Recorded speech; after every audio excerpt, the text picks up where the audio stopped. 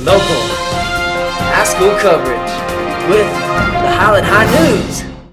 Good morning, this is Nadine Oglesby and Ryan Salzano with Highland High News. Today is Friday, February 20th, 2015. Senate and DECA have accomplished quite a lot this past weekend at state competitions. 15 Senate members participated in workshops and spirit competitions with schools from across the state. Senate was one of the 7 schools to receive the gold ranking, the highest level in the Student Council of the Year competition. Senate Delegate Tiana Jones explains why Highland received the honor. The fact that we get more involved with the community than a lot of schools, we reach out to other people, not just ourselves. DECA took 49 students to compete, with 37 making finals. Senior Lynette Cruz talks about her experience at DECA State. What it means to be at the national level is you have to go in and either with your role play or your project, and you have to pretty much nail it, just be very confident in your project or your role play and really impress the judges and leave a mark on them when you leave. 12 Highland students took first place at state, 2 took second, and 6 took third place. Miss Tucker's geology astronomy class had a visitor on an out-of-this-world subject. UNM grad student Zach Gallegos talks about a possible trip to Mars. There's going to be 4 people launched every 2 years until there's 16 of us. So I'm not going alone. We want to go there. Gallegos is one of the finalists for the one-way mission. If we contaminate Mars, we don't know if the life that we're seeing is Mars life or Earth life.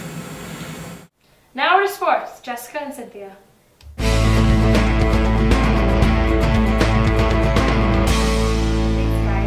Baseball and softball has begun their spring training of the year.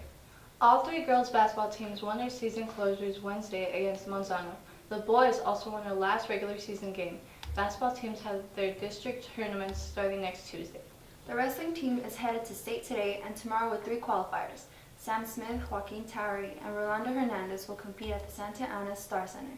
The tennis team is generating lots of interest with its Pie in the Face fundraiser. Voting is heating up with votes based on how many pennies are given under a teacher or administrator's name. As of Thursday, Coach Wolf and Ms. Dubois were in the lead for getting a pie in the face.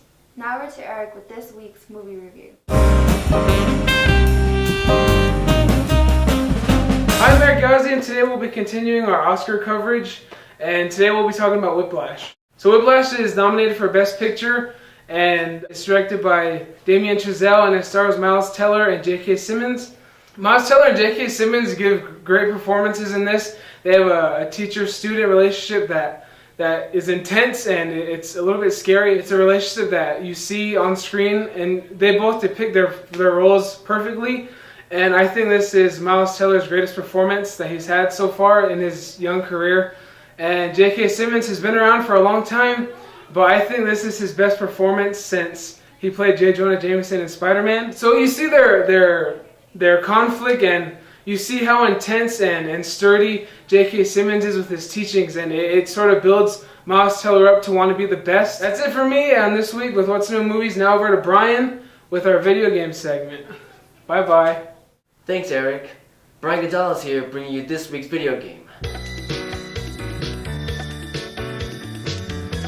This week I'll be talking about Rocksteady Studios' new game, Batman Arkham Knight. This is the last game for the Arkham trilogy. This game takes place 1 year after Arkham City. The main villain of this one is Scarecrow, and there are other villains helping him, such as Penguin, Harley, Two-Face, and even the Riddler as well. Some new features they put in this game, such as the Batmobile is now a drivable vehicle now. Something else that they included in this game is a new villain known as Arkham Knight. For those who don't know who he is, just think of him as a more armorized version of Batman. Batman Arkham Knight will be released on June 6th of this year. That's it for me for this week. Now back to the news. Thanks, guys. Next week's schedule includes an activities fair on Wednesday for visiting 8th graders, as well as Highland students in Spring Recognition Assembly next Friday. Leading up to the assembly is a Spirit Week with Rad Plaid Monday, Tie-Dye Tuesday, Hornet Pride Wednesday, Jersey Thursday, and class colors on Friday. Thank you for watching Highland High News. See you next time.